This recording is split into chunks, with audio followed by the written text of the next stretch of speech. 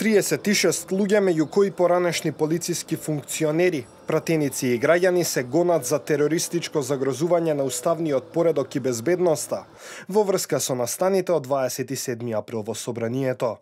Основното јавно обвинителство соопшти дека по преземање на сите дејствија за утврдување на фактите во врска со собраниските настани ја завршило предистражната постапка.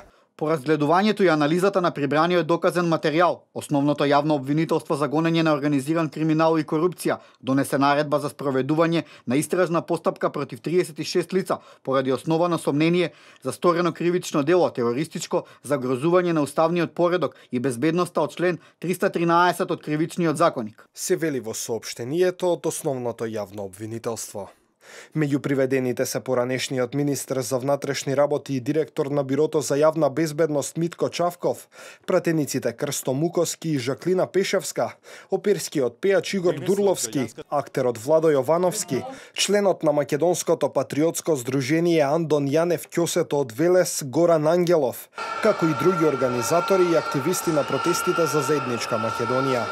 Чавков за време на настаните во април раководеше со оперативниот штаб на МВР. Тој беше посочен од и 2 часа не давал наредба за дејствување на полицијата.